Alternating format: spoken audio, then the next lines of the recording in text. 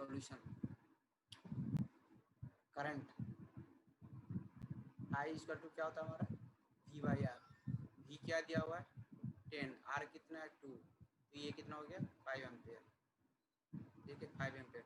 देखो 2 सेकेंड का क्वेश्चन था ये, आप लोगों ने इतना देर लगाया।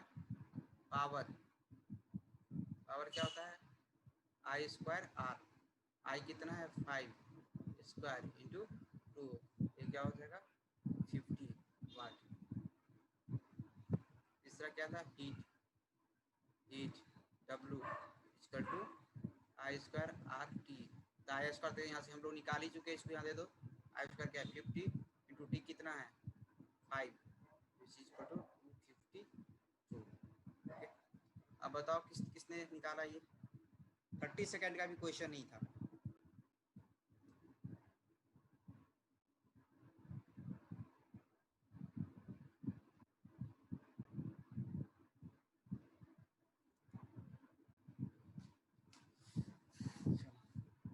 आई थिंक किसने आंसर दिया है, एक बार चेक कर लेते हैं।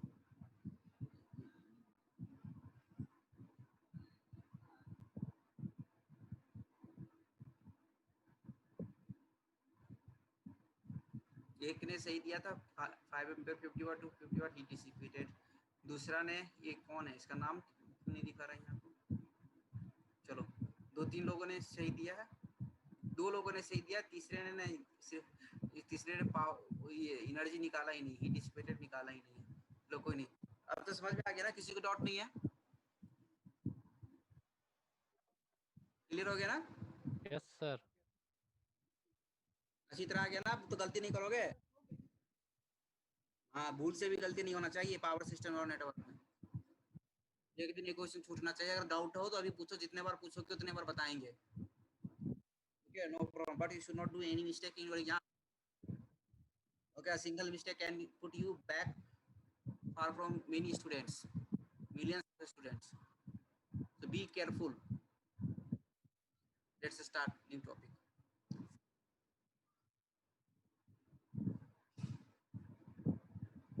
This is what Ohm's law। आता है आप लोगों को Ohm's law,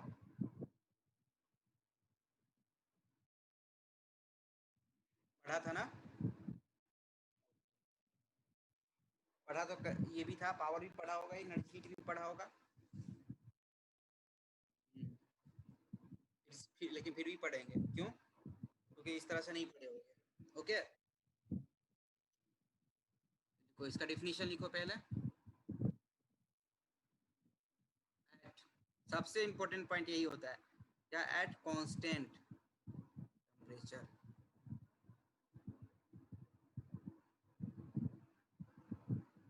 अगर ये नहीं बोले तो पूरा गलत हो गया, अगर ये बोलती तो बाकी से सही है। At constant temperature okay the current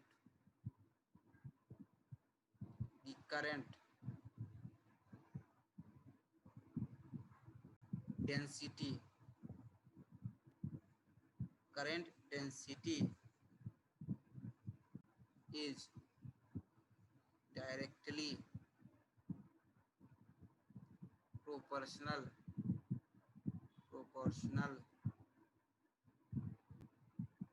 to the electric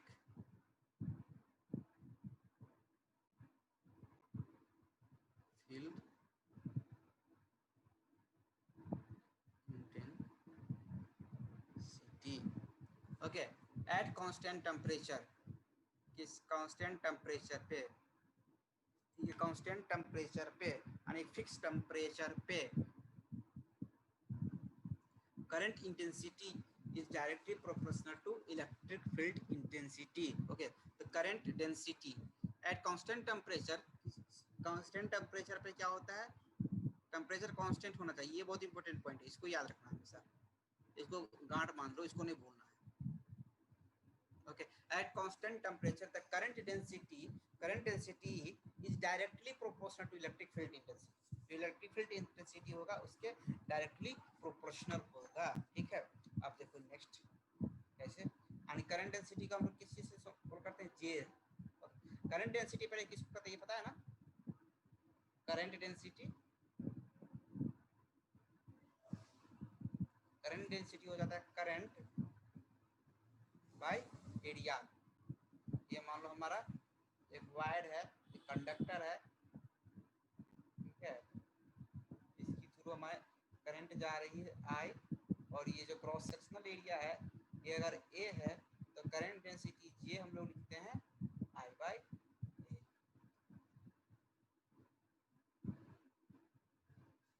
okay, तो एज पर डिफिनीशन, ये मैंने बस इंफॉर्मेशन नॉलेज के लिए बता दिया आप लोगों को, यहाँ पे इसका इम्पोर्टेंस नहीं है तो इसको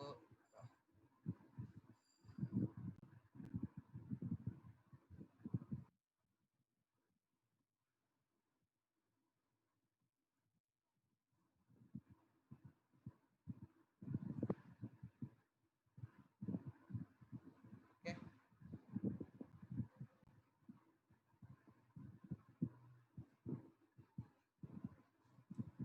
तो करंट डेंसिटी क्या है, जे। डेफिनेशन क्या है, डायरेक्टली प्रोपोर्शनल टू ई। ये तो बना लो, ये काम आएगा। मेरी आवाज सुनाई दे रही है ना आप लोगों को?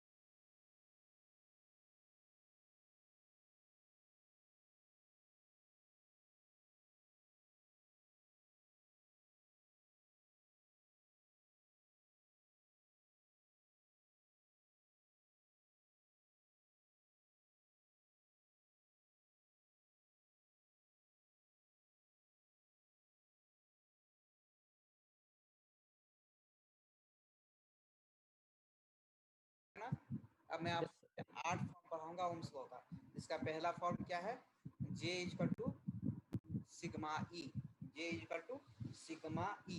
ओके, जहाँ सिग्मा क्या प्रोपोर्शनली कांस्टेंट करते हैं। ओके, प्रोपोर्शनली कांस्टेंट, ये क्या है, प्रोपोर्शनली कांस्टेंट, क्योंकि प्रोपोर्शनल को हटाता है कांस्टेंट डाल के तो कांस्टेंट होता है, जिसको बोलते हैं हम लोग प्रोपोर्शनलिटी कांस्टेंट, प्रोपोर्शनलिटी कांस्टेंट कहते हैं। ओके, और इस सिग्मा को कहते हैं, इसका दूसरा भी नाम है क्या, कोई बताएगा सेकंड नाम क्या है इसका? 1/ρ नाम पूछ रहा हूँ मैं। कंडक्टिविटी है सर इसकी। Conductivity, conductivity. 1/ρ से सर ऐसे मेंशन करते हैं। ओके, यस, यहाँ तक लिख लिया, आगे बढ़े। ओके, तो जे अभी हमने बताया था, जे क्या होता है, अब देखो इसे ड्राइव करेंगे। जे क्या बताया था हमने, आई बाय ए बताया था ना। Yes sir. सिग्मा को क्या क्या लिख सकते हैं, 1/ρ। रो। ओके, और इलेक्ट्रिक फील्ड इंटेंसिटी ई को लिखते हैं हम लोग स्टार्टिंग में, तो ई इक्वल टू होता है F1D। डी या एल। ओके, एल लेंथ, हाँ, उसी को डी भी डिस्टेंस बोलते हैं, हम यहाँ एल से डिनोट करते हैं, डी बाई एल। ओके, तो इसको अरेंज करो, अरेंज करेंगे तो क्या हो जाएगा, भी को इधर ले आओ। ओके, इसके बाद समझ रहे हो क्या कर रहे हैं, अरेंज करो, इसको अरेंज करने के बाद आ जाएगा रो एल, भी इक्वल टू क्या हो जाएगा, rho L I, rho L I upon A आएगा ना, देखो आएगा, समझ में आया कैसे आया? इसको यही रहने दो, इसको इधर ले आओ, इसको इधर ले आओ, ये आ जाएगा ना, रो एल बाई ए। बोलते चलो फटाफट, इतना टाइम नहीं होता, तुम लोग बहुत टाइम लगा देते हो छोटे से टॉपिक पे, रिस्पॉन्स करते रहो ना। यहाँ तो कोई दिक्कत है समझ में किसी को, कैसे आया ये? नहीं सर नहीं। नहीं ना, तो इसी को क्या लिखते हैं हम लोग, V is equal to R I. Okay, इसी को आर आई लिखते हैं, क्योंकि ये जो डोनेशन है तुम लोग पढ़े होंगे, रेसिस्टेंस आनंद से पढ़ाए होंगे, R is equal to L by A, पढ़ाए है ना। मतलब में एल बढ़ा दो, रो बढ़ा, फिर एरिया घटा दो, फिर आर क्या होगा, इस तरह से रेसिस्टिविटी से पढ़ाए होंगे। तो यहाँ से हम लोग क्या लिखते हैं, V is direct proportional to I. आ गया, रेसिस्टर डेफिनेशन में यही लिखाया था हमने, V is direct proportional to I. और आप लोग जनरली ओम्स का डेफिनेशन में भी यही पढ़ते होगे, V is direct proportional to I. इसको हम लोग क्या बोलते हैं पता है, इसको बोलते हैं हम लोग, इसको बोलते हैं second form of Ohm's law. Second forms of Ohm's law, second forms form, second form of Ohm's law.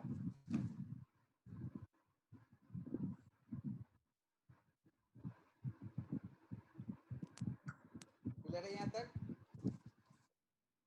इसी को दैट इज लिख लो, छोटा सा लाइन लिख लो याद रखने के लिए, दैट इज, ये सब कहाँ पे हो रहा है, कांस्टेंट टेम्परेचर पर हो रहा है। जो भी अभी जो डेरिवेशन पढ़ रहे हैं, सब कहाँ पे हो रहा है, constant temperature. That is at constant temperature.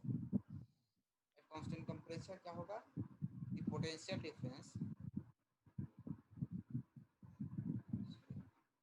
Eight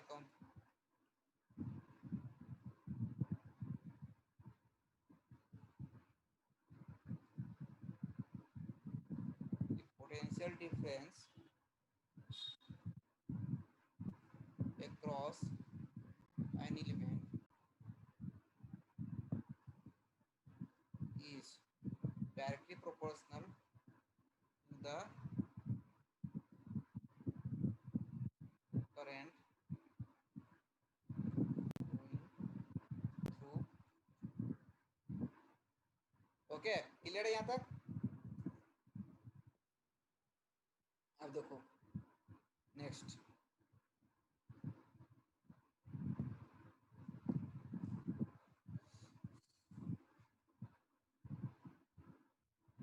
हमारा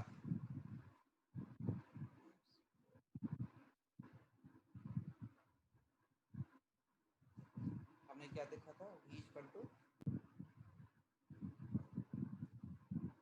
टू आर आई आ गया था हमारा। ओके, यहाँ से देखो I इक्वल टू क्या आ जाएगा, 1 बाई आर इंटू भी होगा। बोलते जाओ बोलते जाओ, इसको आर 1 बाई आर को हम लोग लिखते हैं G E. Okay, 1 by R, 1 by R equal to G, इसको क्या बोलते हैं, बताओ नाम को बताओ। Conductance sir. कंडक्टेंस। ओके, यहाँ से क्या हमारा निकल गया, V direct proportional to, sorry I directly proportional to V। तो इसको हम लोग बोलते हैं third form, third form of Ohm's law. Clear है यहाँ तक? Yes sir. क्लियर है? Yes sir, yes. ओके, और देखो नेक्स्ट, V बराबर क्या लिखे थे हम लोगों ने, आर आई लिखा था। आर आई क्या होता है, डी क्यू बाई होता है ना। V इज डायरेक्टली प्रोपोर्शनल, क्या हो गया, D Q by D T हो गया, है ना। इसको बोलते हैं fourth form, fourth of Ohm's law. मजा आ रहा पढ़ने में एक ही चीज को?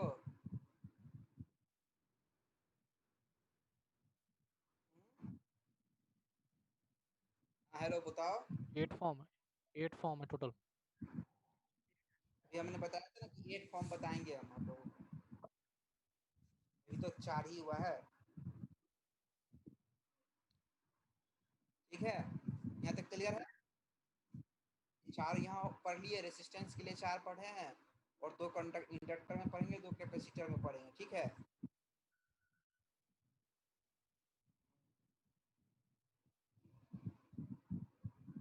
आप बताओ, आप देखो एक नोट लिख लो,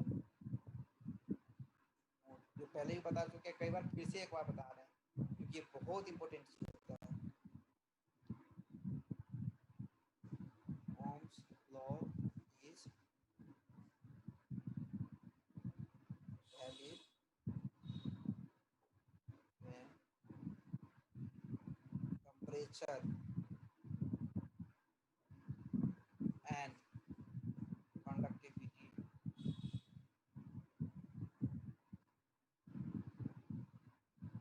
of the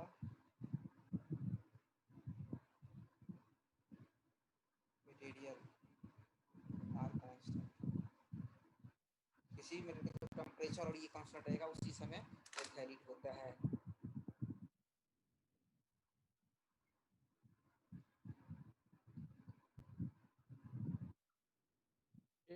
One minute.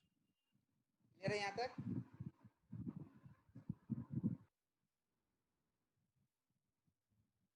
किसी को कोई डाउट? ओके, और बताएंगे।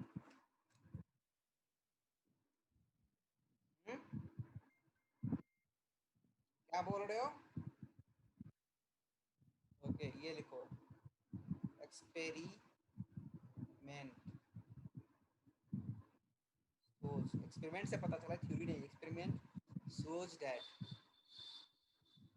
resistance of the material depends on temperature। Temperature पे डिपेंड करता है रेजिस्टेंस, वैसे एज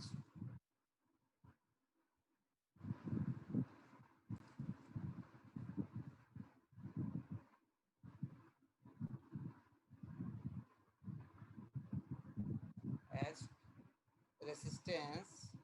मान लो समझाने के लिए इसको अनडू करो, कलर चेंज कर लो। मान लो किस टेम्परेचर T1 पे रेसिस्टेंस क्या है, R1 है हमारा, ठीक है, R1 लिखो। नहीं, इसको पहले हम लिख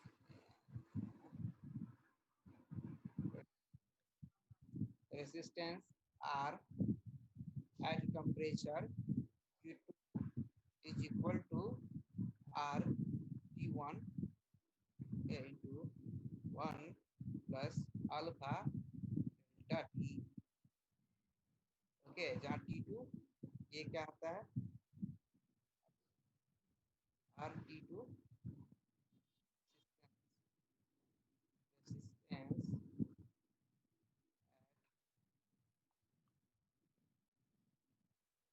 temperature T2, R T1 resistance at temperature T1, alpha temperature coefficient of resistance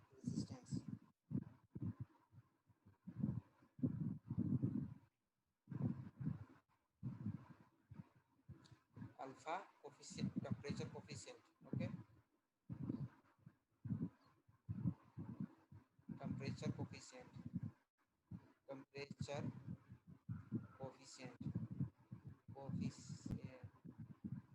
of resistance, okay,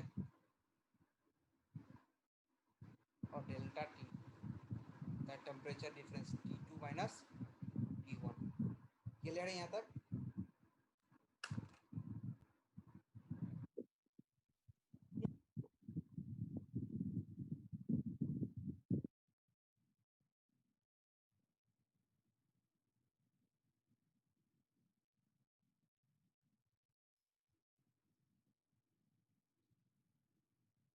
बताओ, कोई दिक्कत?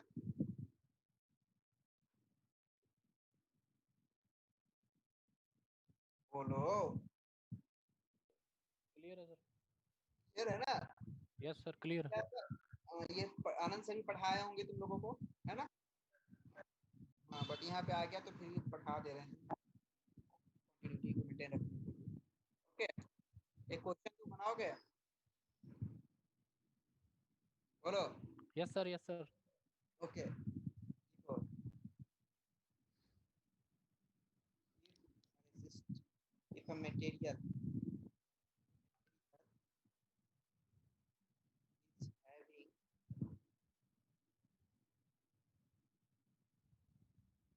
250 ohm resistance at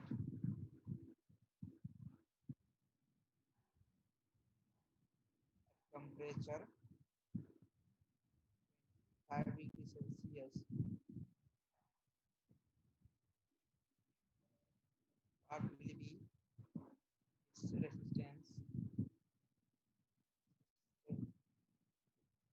at 35 degrees Celsius if temperature coefficient, temperature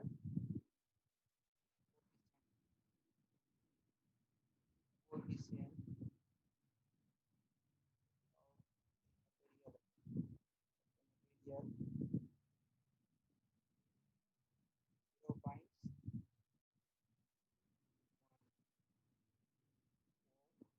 per degree Celsius. Okay, इसको सॉल्व करो, 2 minute time दे रहा हूँ.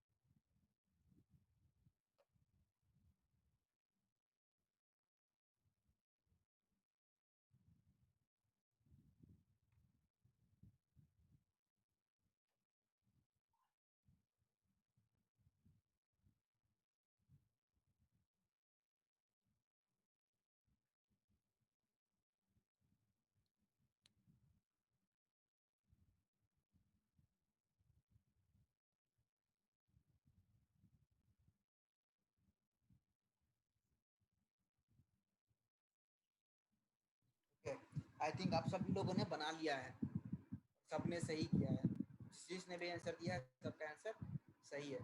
फिर भी अगर किसी से नहीं हुआ हो तो हमारे पास क्या है, R T two equal to R T one into 1 plus alpha into delta T. Okay, निकालना क्या है, आर टी टू निकालना, आर टी टू कितना दिया हुआ है, 250 ओम दिया हुआ है. 1 अल्फा कितना दिया हुआ है, 0.1 इंटू डेल्टा टी कितना हो जाएगा, 35 माइनस 25. ओके, इसको कैलकुलेट करेंगे तो 250 हो जाएगा इंटू 1 प्लस 0.1 इंटू 10. ये 0.1 equal to 250 into 1 plus 1. Okay, 250 into 2 which is equal to 500 ohms. 500 ohms. Okay,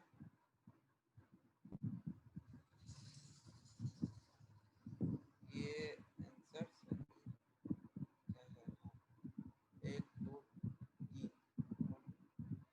3 3 लोगों ने आंसर दिया. आप लोग कितने लोग हो स्टूडेंट अभी यहाँ पे, 4. फोर्थ किससे नहीं हुआ था, आप कौन, नाम बताओ अपना.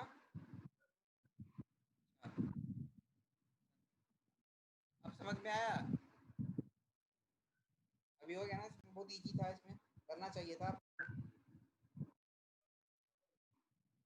ऐसे ऐसे कंफ्यूज होइएगा फिर तो दिक्कत है. आप इस, हाँ बहुत ईजी है, इसको ध्यान से रखिए, ठीक है। चलो अब हम बताएंगे थोड़ा दो छोटा छोटा कंसेप्ट। नेक्स्ट, आप लोगों को क्लास का टाइम क्या बताया गया था आज?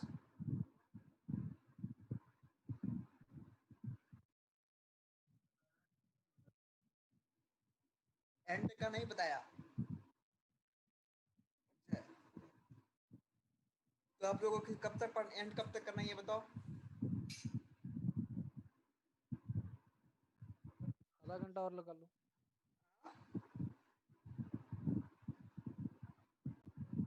बोलो,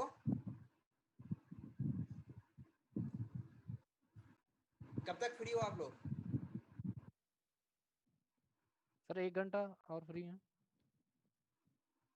1 घंटा और? Yes sir. अगर आप फ्री हो तो सर 1 घंटा, अगर आप बिजी हो तो कोई बात नहीं। ओके चलो।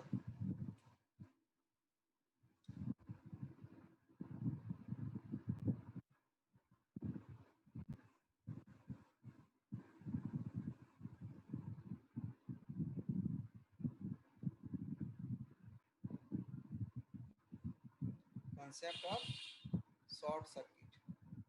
शॉर्ट सर्किट क्या होता है, ठीक है।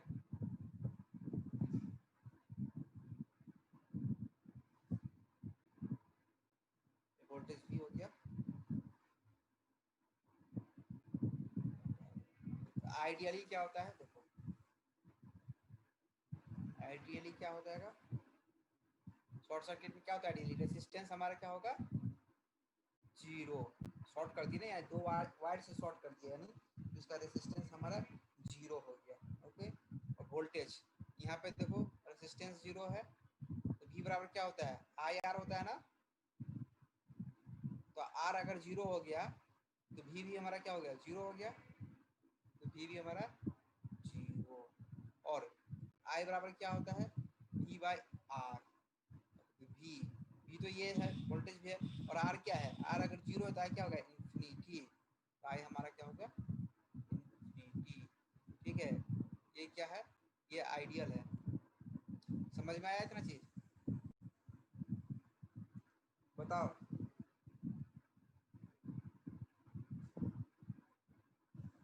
अजी बोलो। Yes sir, yes sir. या ये आइडियल है। प्रैक्टिकल देखो क्या होता है, प्रैक्टिकल का कलर चेंज कर दो। प्रैक्टिकली तो आइडियली हुआ। प्रैक्टिकली क्या होता है, ये मान लो एक सर्किट है, ठीक है। जैसे 10 एम्पीयर करंट आ रहा है, और ये मान लो 10 ओम, 10 ओम है, 10 ओम। अब हमने इसको क्या किया, शॉर्ट सर्किट। शॉर्ट सर्किट मतलब क्या, इसको वायर से जोड़ दो, वायर से जोड़ दो। तो फिर वायर से जोड़ दे तो करंट कितना आएगा हमारा, बताओ।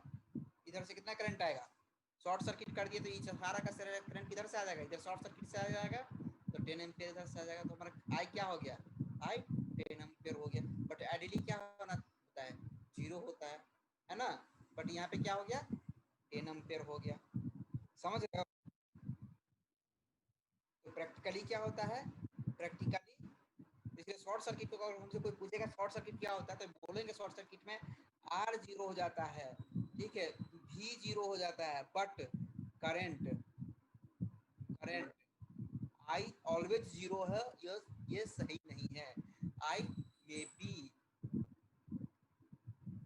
Anything depending upon circuit condition के ऊपर डिपेंड करेगा, और करंट हमारा कुछ भी हो सकता है, जीरो से लेके जीरो टू इन्फिनिटी हो सकता है। ओके, समझ में आया? ये पॉइंट बहुत इंपॉर्टेंट पॉइंट है। सब लोग बोलते हैं करंट इन्फिनिटी होता है शॉर्ट सर्किट में, लेकिन करंट इन्फिनिटी नहीं होता है शॉर्ट सर्किट में। समझ में आया? करंट जीरो से लेकर इन्फिनिटी तक हो सकता है, ठीक है। क्लियर है यहाँ तक? मिटाऊं इसको? यस सर क्लियर है। ठीक है, चलो अब एक और इम्पोर्टेंट पॉइंट दिखा रहे हैं इसको। जानते थे ये सब चीज पहले से?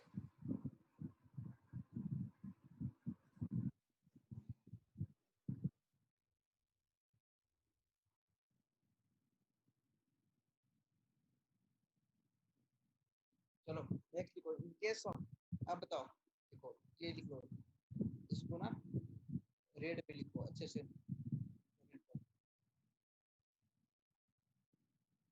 Case of ideal, ideal solution, ideal solution क्या होता है? वायलेट्स, सर्किट वायलेट करता है, फॉलो नहीं करता, क्या करता है? Circuit violets. क्या वायलेट्स करता है? वायलेट्स क्या करता है? वायलेट्स पता है? KVL, it violates KVL. Okay, KVL मतलब Kirchhoff's voltage law, Kirchhoff's voltage law को केवीएल कहते हैं, और इसको क्या करता है? वायलेट करता है। That is conservation of energy, conservation of energy. एक चीज अभी बाद में पढ़ाएंगे, ये भी अभी याद कर लो तुम लोग। केवीएल क्या है? कंजर्वेशन ऑफ एनर्जी को ही केवीएल बोलते हैं। तो केवीएल जो डिपेंड क्वेश्चन पूछता है, आईएएस के एग्जाम में भी बहुत बार पूछ चुका है, प्रीलिम्स में ऑब्जेक्टिव में पूछता है केवीएल क्या है, केवीएल क्या है, किस चीज पर डिपेंड करता है। केवीएल क्या है उसमें दे देगा, conservation of charge, conservation of heat, conservation of electrons, conservation of energy, इस तरह का दे देगा 4-5। ये none of these, both of these ऐसे करके रहेगा। तो ये एक ऑप्शन इसका होता है कंजर्वेशन ऑफ एनर्जी। ठीक है, तो कंजर्वेशन ऑफ एनर्जी होता है। केसीएल क्या होता है बताओ? What is KVL? KVL is based on energy. अरे आप लोगों से पूछ रहे हैं, KVL is based on conservation of energy sir. हाँ, कंजर्वेशन ऑफ एनर्जी। ठीक है, पॉइंट क्लियर है यहाँ पे? Yes sir. Conservation of energy, KCL charge energy,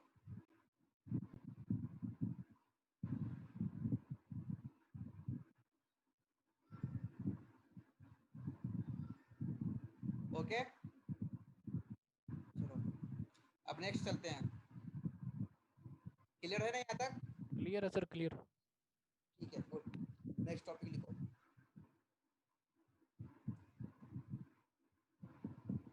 concept of open circuit.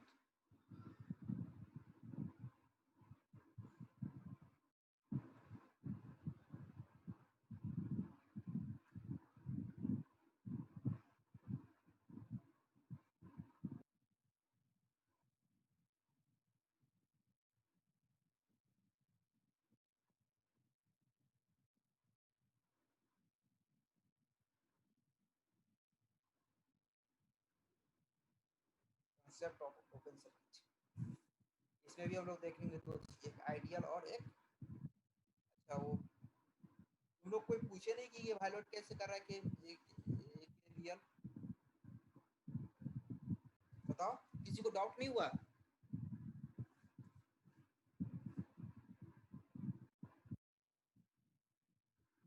किसी ने पूछा नहीं? देखो बता दे रहा हूँ, मुझे लगा तुम लोग पूछोगे कि केवीएल कैसे वायलेट कर रहा है। ठीक है, ये भी है ना। तो केवीएल क्या करे? केवीएल के हिसाब से जितना वोल्टेज ड्रॉप यहाँ होना चाहिए, सम ऑफ वोल्टेज ड्रॉप क्या होता है किसी भी सर्किट में? 0 होता है। ठीक है, केवीएल आगे पढ़ोगे उसमें करते हैं सम ऑफ वोल्टेज ड्रॉप 0, लेकिन यहाँ भी है ना, इस सर्किट में देखो वोल्टेज भी ही रहेगा। यहाँ पे कह रहा है क्या, ये वोल्टेज तो हमारा 0 हो गया ना। देखो सेम सर्किट में सेम लाइन के क्रॉस अगर यहाँ पे तोड़ते तो हम लोग कह रहे हैं, क्या कह रहे हैं? वोल्टेज 0 कह रहे हैं। बट यहाँ देखो ये वोल्टेज क्या है? भी है ना। दोनों अलग अलग है ना, 0 और भी तो अलग है, इसका भी कुछ वैल्यू होगा, मान लो 5 वोल्ट है और ये 0 है, तो ये दोनों बराबर तो नहीं है ना, इसीलिए इसको कहते हैं वायलेट्स कर रहा है। समझ गया? बहुत इजी था। चलो concept of open circuit.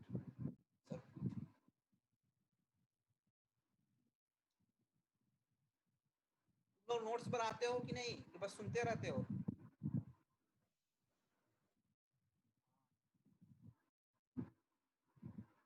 ठीक है, ये इसका करंट सोर्स है, एस मान लेते हैं। ये तो आइडियली लिखो, इसमें क्या क्या होता है। आइडियली होता है ओपन सर्किट कर दिए, इसका ये हवा एयर हो गया, तो क्या इसका रेजिस्टेंस क्या हो गया, आर क्या हो गया हमारा, इन्फिनिटी। ओके, आर इन्फिनिटी, और आई क्या हो जाएगा फिर, I equal to V by R होता है ना, वी बाई इन्फिनिटी क्या हो जाएगा, V by infinity zero, I zero हो गया। और वोल्टेज, वोल्टेज आइडियली क्या बोलते हैं, वोल्टेज इसके अक्रॉस कितना है, इन्फिनिटी। इन्फिनिटी कैसे, आई कुछ हो गया इंटू आर, आर आर क्या है हमारा, इन्फिनिटी, और इसको क्या बोलते हैं, इन्फिनिटी। तो आइडियली क्या होता है, ये तीन चीज होता है। ठीक है, आइडियली तीन चीज होता है। Ideally R infinity, I equal to zero, V equal to infinity, ये तीन चीज होता है। कब कहाँ होता है, ओपन सर्किट कंडीशन में। ठीक है, बट प्रैक्टिकली क्या होता है ये देखो, बट प्रैक्टिकली ये मान लो हमारा कोई सर्किट है,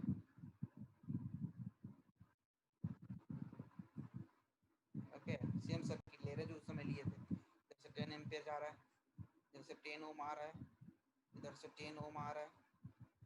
ठीक है, तो करंट कितना हो जाएगा, 5 एम्पियर और 5 एम्पियर बढ़ जाएगा ना दोनों में।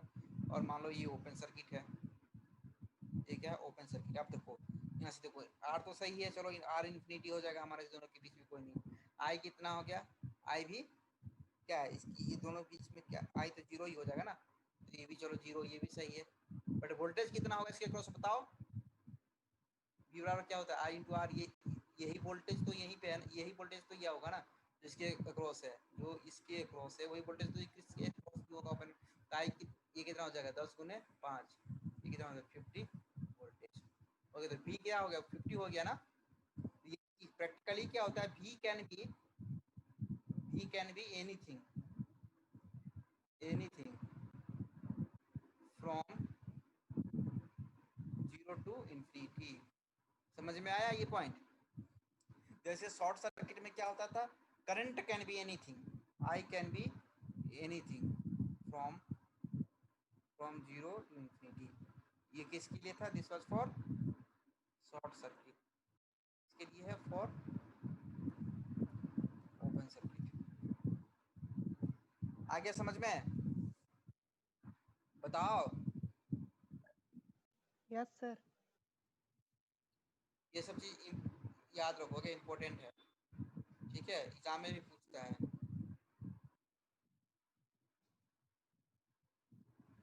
एग्जाम में भी पूछेगा, क्या पूछेगा, किसको दोबारा पूछना है जी,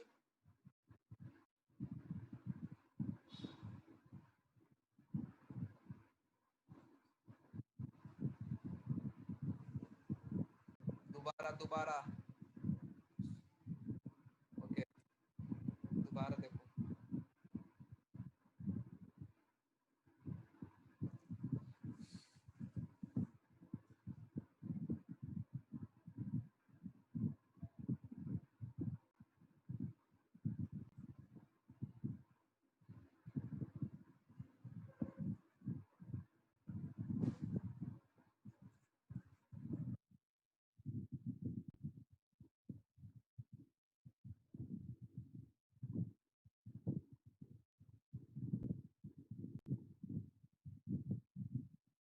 हमने एक सर्किट लिया, ठीक है, इसमें दो रेसिस्टर पैरेलल लगा हुआ है,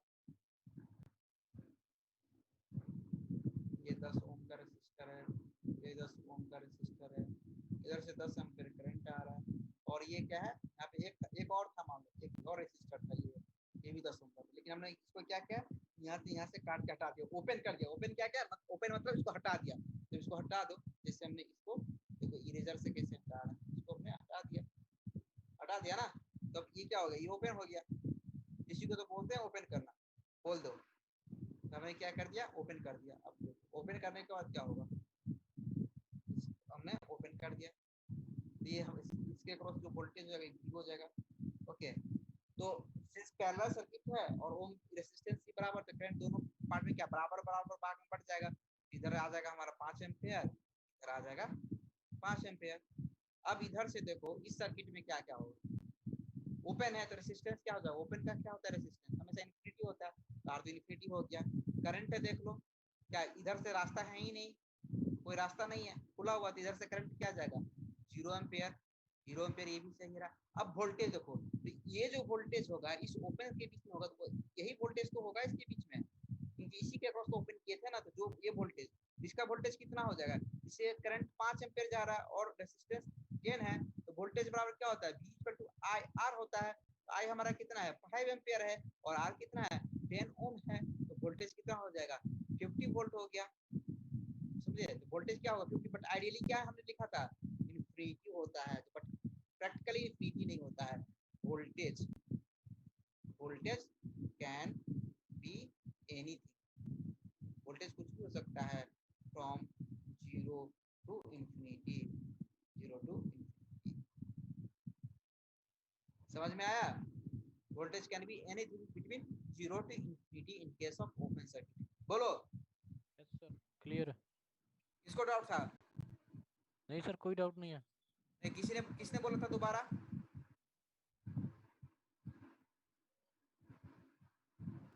बताओ। अरे क्या हुआ? नहीं सर, क्लियर है सर। नहीं, किसी ने मैसेज किया था दोबारा बताने के लिए, कौन, नाम बताओ। शर्मा क्यों रहे हो? दोबारा पूछना कोई गलत बात नहीं है। अब समझ में आ गया ना? क्लियर? कौन है, नाम बताओ तो सही है, कौन बोल रहा है? ये मैसेज किसका है? फ्रॉम मी टू, कौन है? वॉइस नहीं आ रही है। चलो जो भी हो, क्लियर हो गया ना?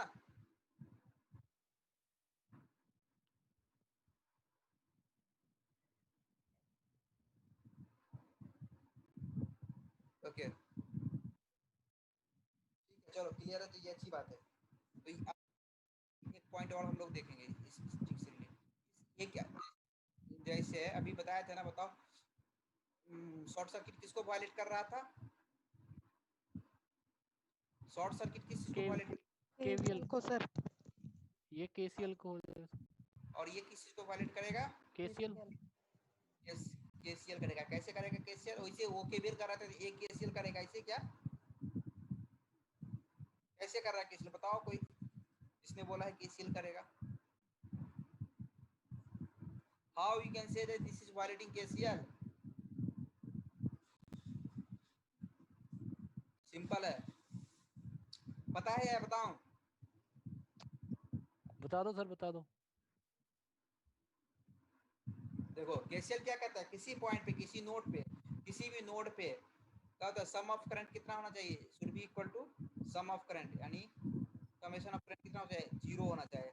अब मान लो ये पॉइंट देख लो, ठीक है, इस पॉइंट पे सम ऑफ करंट देखो, इधर से कितना आ रहा है माइनस, ये आ रहा है कितना, आईएस आ रहा है ना, तो आईएस, बट और दूसरा ब्रांच में इसमें क्या जा रहा है 0 0, तो ये क्या हुआ 0 हुआ, क्या 0 नहीं हुआ, क्या हो गया आईएस हो गया ना नोड पे, नोड पे करंट कितना आईएस हो गया हमारा। बट केसीएल क्या कहता है, नोड पे क्या होता है, सम ऑफ करंट कितना होना चाहिए, किसी भी नोड पे 0 होना चाहिए, 0 नहीं है ना, तो इसीलिए हेंस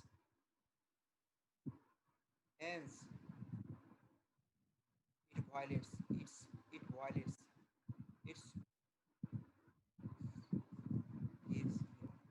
समझ में आया? Yes sir. अब जिंदगी में भूलोगे कभी इस चीज को?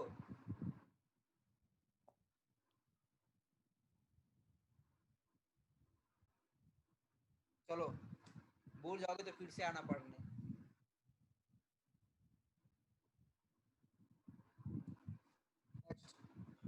यहाँ तक क्लियर है ना? यस सर, क्लियर है। एक टॉपिक और, चलो बड़ा टॉपिक है, ध्यान से तुम पढ़ो, फटाफट, बहुत टाइम लगाते हो। देखो इंडक्टर,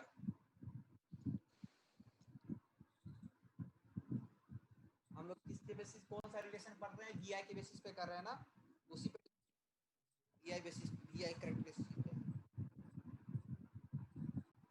ये इसका कलर चेंज कर देते हैं, voltage, if the voltage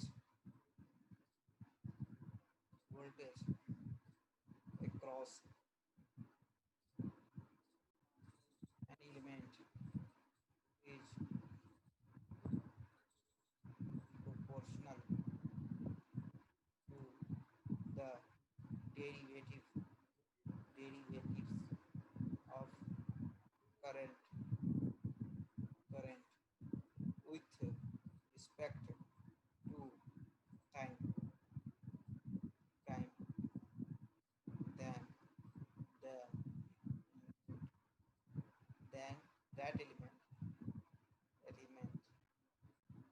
is called as an inductor। समझ में आया? अगर किसी भी एलिमेंट के अक्रॉस वोल्टेज जो है वो डायरेक्टली प्रोपोर्शनल हो किसका, डेरिवेटिव यानी चेंज ऑफ करंट, किसी भी एलिमेंट के अक्रॉस वोल्टेज अगर चेंज ऑफ करंट के डायरेक्टली प्रोपोर्शनल हो, that is if v is directly proportional to di by dt derivative of current with respect to time, then that element is called as inductor. That element is called as inductor. Clear है? Sir An inductor is designed, अब लिखो next important point लिखो, an inductor is designed, inductor को क्यों बनाते हैं, design क्यों करते हैं, टू स्टोर द एनर्जी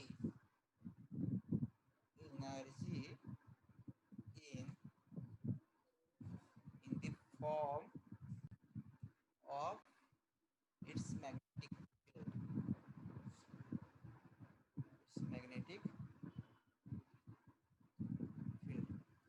ये समझ गया, ये इंपॉर्टेंट पॉइंट है।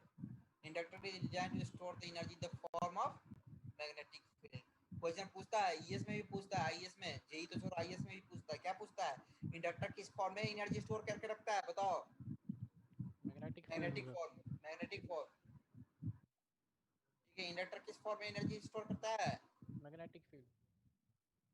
याद रहेगा? Yes sir. Inductor stores energy in the form of magnetic field. Magnetic field याद कर लो इसको भाई। Inductor store energy in the form of magnetic field. अब क्यों होता है मैग्नेटिक फील्ड में, ये भी मैं तुमको बताऊंगा, उसके बस मैजिक देखते जाओ तुम लोग सिर्फ। चलो नेक्स्ट, एनी कंडक्टर, इसलिए अब ये पॉइंट है, ठीक है, ये लिखो,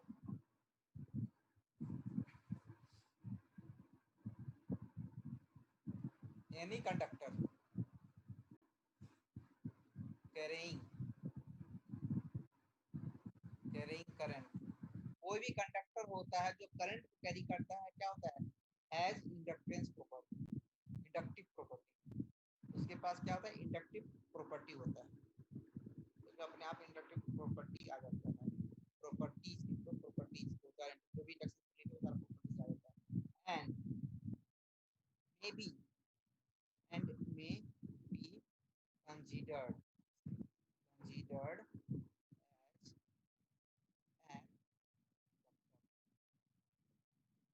इंडक्टर का कोई जरूरी नहीं है कि उसमें कॉइल ऐसे गोल रहा है तभी इसको इंडक्टर बोलेंगे, ये जरूरत नहीं है।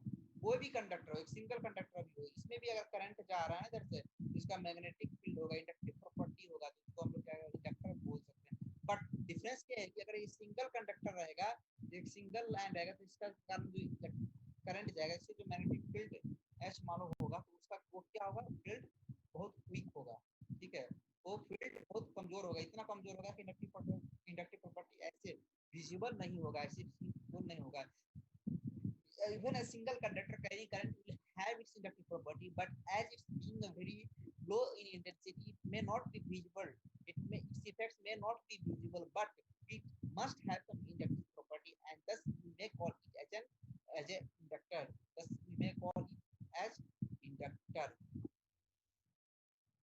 समझ में आ रहा है? एज एन इंडक्टर इसी पॉइंट पे लिखो, बट ये क्या होता है, इतना मोटा कौन सा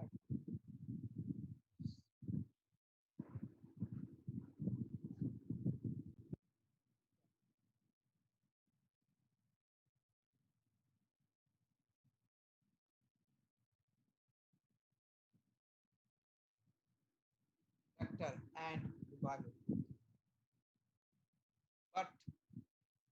इंडक्टर होगा but it's inductive, but it's inductive effect is very conductive effect is very quick and to increase its inductive effect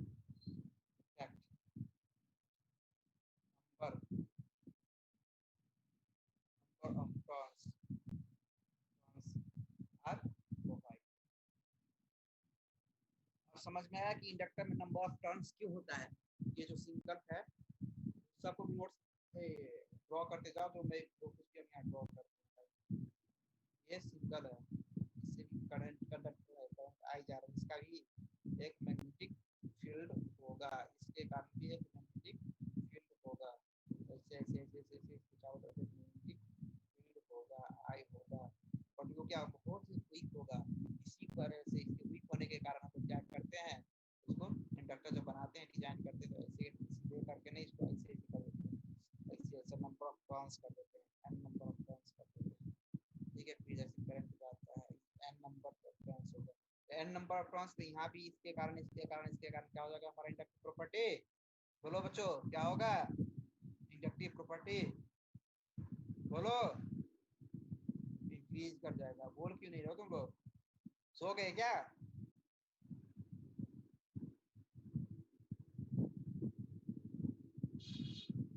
सो रहे हो क्या तुम लोग? नहीं नहीं सर। इंक्रीज कर जाएगा, यहाँ तक क्लियर है? सर ये सिंगल वायर पर दोबारा बताना ये एक बार। इसमें क्या सिंगल वायर का भी, इसमें भी इंडक्टेंस होगा, लेकिन क्या होगा बहुत कम हो जाएगा, क्योंकि टर्न नहीं है ना, तो करंट तो सिर्फ सीधा ही चला जाएगा, इसके कारण वीक होगा, इसका फील्ड जो होता है मैग्नेटिक फील्ड होता है वो वीक होता है, कमजोर होता है, और यहीं पे ये क्या हो जाएगा, ये एच जो हो जाएगा मैग्नेटिक फील्ड स्ट्रांग होगा। Okay okay sir. ठीक है, इसलिए टर्न्स प्रोवाइड करते आप देखो इसके। चलो फ्राइडेज पढ़े हो ना, फ्राइडेज पढ़ाना कि छोड़ दें? फ्राइडेज लॉज ऑफ इलेक्ट्रोमैग्नेटिक आता है ये? नहीं सर करवा दो एक बार।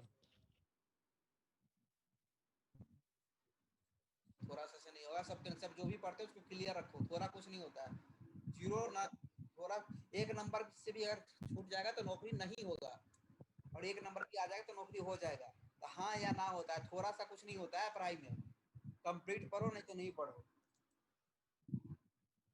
चलो लिखो first law, if a flux linking, if a flux linking a coil varies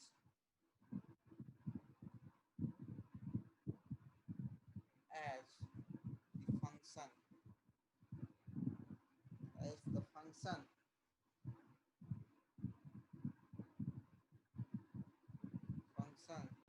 of time, if the flux linking a coil varies as a function of time, okay, then क्या होता है, and EMF electromotive force is induced between terminals, its terminals, its terminals। ठीक है, तो जब कभी भी flux जो है लिंक करता है कॉइल से, तो यानी कोई कॉइल हो उससे फ्लक्स लिंक कर रहा हो, बट वो क्या हो, लिंक करता हुआ फ्लक्स क्या हो, वेरीज करे। कैसे वेरीज करे, फंक्शन ऑफ टाइम, टाइम के साथ साथ अगर वो फ्लक्स वेरीज करेगा तब, ये बहुत बहुत इंपॉर्टेंट चीज लाइन है, वेरीज जब फंक्शन ऑफ टाइम, अगर वेरी नहीं करेगा, फ्लक्स लिंक करेगा, तो उससे कुछ नहीं होने वाला है, बट ये उससे कोई भी ईएमएफ इंड्यूस नहीं होगा अनटिल अनलेस वो वेरी करेगा। तो ये बहुत चीज है इंपॉर्टेंट। जब फंक्शन ऑफ टाइम अगर वेरी करेगा तो उसमें क्या होगा, इंड्यूस्ड ईएमएफ होगा, एक ईएमएफ इंड्यूस कर जाएगा। ये क्या कहता है, यही कहता है Faraday's law of electromagnetic induction का फर्स्ट लॉ। ठीक है, और जो ये इंड्यूस्ड होगा इसको हम लोग बोलते हैं statically induced, statically induced, statically induced EMF. Example इस तरह का किसमें होता है फंक्शन, ट्रांसफार्मर, ट्रांसफार्मर में यही होता है। ठीक है, इसी का सेकेंड फॉर्म का डेफिनेशन लिखो, और दूसरा किस तरह से कर सकते हैं, और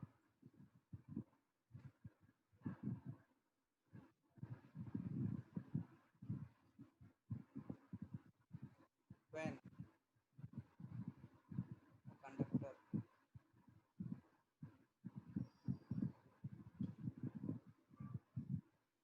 cuts the magnetic field,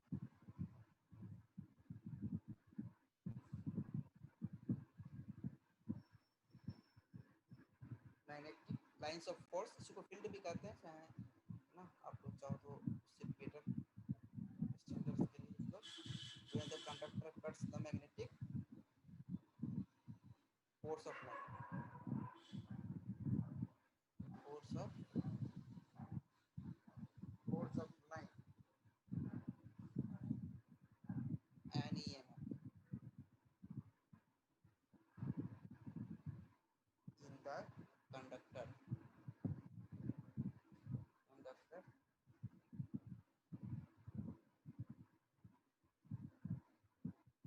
and EMF in the conductor is induced। Conductor में क्या होता है, इंड्यूस्ड होता है, इसको कहते हैं डायनेमिकली, इसको क्या, इसको ऊपर वाले को क्या कहते थे, स्टैटिस्टिकली, यानी स्टैटिक है। तो दोनों सिस्टम मैग्नेट और क्या है, फील्ड वो स्टैटिक है। फील्ड तो वेरी कर रहा है टाइम के साथ ना, कट कर रहा है वो टाइम के साथ वेरी कर रहा है, बट कंडक्टर जो है वो स्टैटिक है। और यहाँ क्या है, कंडक्टर क्या है, कट कर रहा है, कंडक्टर डायनेमिक है, तो इसको क्या बोलते हैं हम लोग, डायनेमिकली इंड्यूस्ड, इसको बोलते हैं dynamically induced, dynamically induced EMF. ये कहाँ होता है, जनरेटर, जो मशीन पढ़ेंगे हम लोग देखेंगे उसमें जनरेटर में ये होता है। क्लियर नहीं आता? यस सर क्लियर है, यस सर क्लियर। जो फर्स्ट लॉ होता है वो गया, दो लॉ होता है इलेक्ट्रोमैग्नेटिक होती है, पहला हो गया और दूसरा second. The value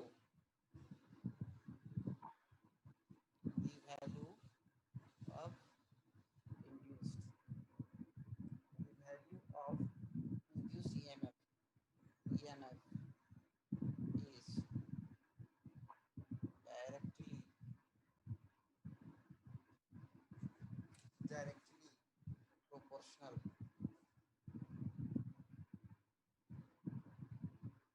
directly proportional to the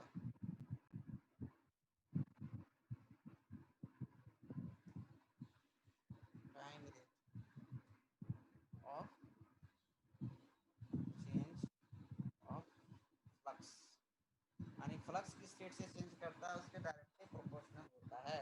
अब देखो समझो इसको, मान लो ये है हमारा एक इंडक्टर है, ठीक है, इससे करंट आई जा रहा है, तो इसमें क्या फ्लक्स होगा, टर्न दे दिए तो क्या हो जाएगा, फ्लक्स रॉन्ग फ्लक्स इंड्यूस्ड होगा। ओके, तो देखो साई बोलते हैं, इसको बोलते हैं साई, इसको टोटल फ्लक्स बोलते हैं। तो जितना नंबर ऑफ टर्न है, अगर n नंबर ऑफ टर्न है और एक टर्न के कारण 5 फ्लक्स होता है, तो टोटल नंबर ऑफ फ्लक्स जो होता है उसको साई बोलते हैं। ये हो जाएगा n5 साई का n5 एग्जांपल। तो वोल्ट डिफिनेशन में क्या कहो, वोल्टेज ईएमएफ जो इंड्यूस होता है v क्या इक्वल टू क्या होगा, डायरेक्ट प्रोपोर्शनल टू क्या बता क्या दे रखा है बताओ।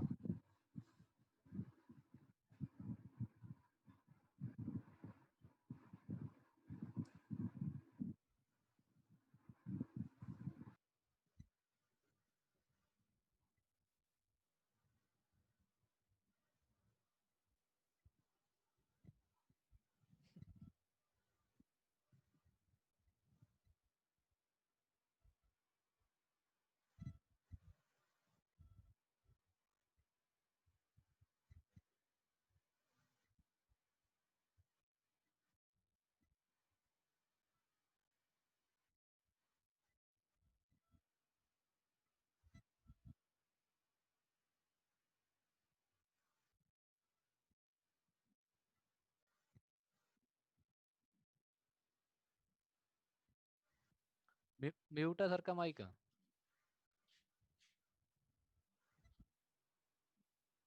नहीं सर, म्यूट है, माइक म्यूट। म्यूट है।